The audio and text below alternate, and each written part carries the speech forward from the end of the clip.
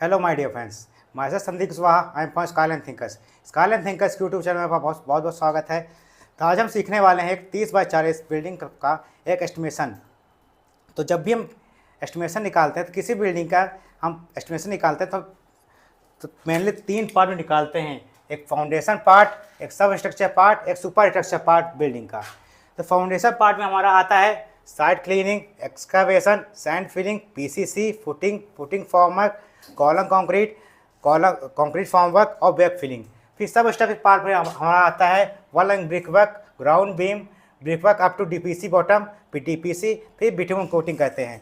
तो आइए समझते हैं हम फाउंडेशन पार्ट को। तो पहला आता है हमारा साइट क्लीनिंग। तो साइट क्लीनिंग में हम क्या करते हैं, जब भी हमारी कोई जो साइट होती है, सबसे पहले हमारी साइट होती है तो उसमें बहुत सारे अंडुलेशंस होते हैं, पेड़ पौधे होते हैं। तो उनको हमको पेड़ पौधों को हमें हटाना होता है बाय मैनुअली या कोई जेसीबी या कोई इलेक्ट्रिकल उससे।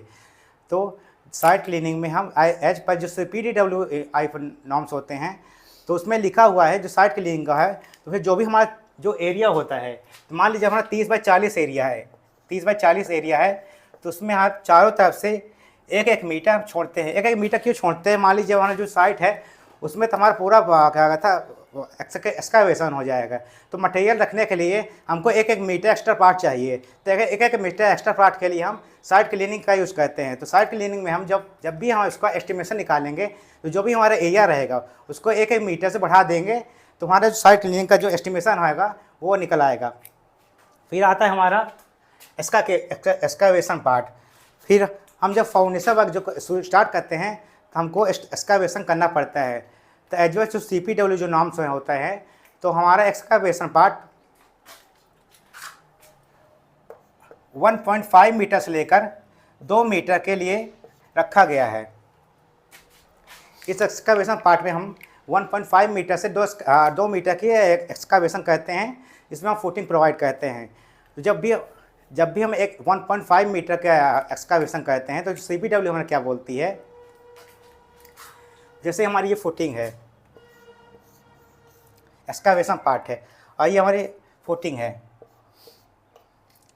तो इसका CPW जो नॉर्म बोलते हैं जो हमारे 1.5 मीटर या 1.5 मीटर से जो नीचे की हमारा एक्सकावेशन होगा उसमें हमको 300 mm का एक्स्ट्रा स्पेस देना पड़ेगा।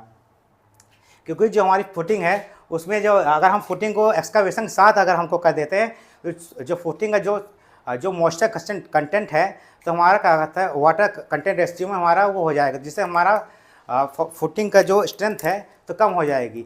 और 300 मीटर एक्स्ट्रा इसलिए प्रोवाइड करते हैं जिससे हम फॉर्मवर्क को लगा सकें और जो लेवर्स है उसको फुटिंग को अच्छे से हमको प्लेस कर सकें। तो इसलिए हम एक्सकावेशन पार्ट में 300 mm की एक्स्ट्रा पार्ट को हम ऐड करते हैं चारों तरफ से। अगर ये हमारी जो लेंथ है 1.5 मीटर से एक्स्ट्रा हो जाए तो जो एक्सकावेशन पार्ट है हमारा उसको हम 750 mm से ज़्यादा बढ़ा देते हैं, जिससे हमारी जो फुटिंग वर्क है वो ज़्यादा अच्छे से परफॉर्म हो सके।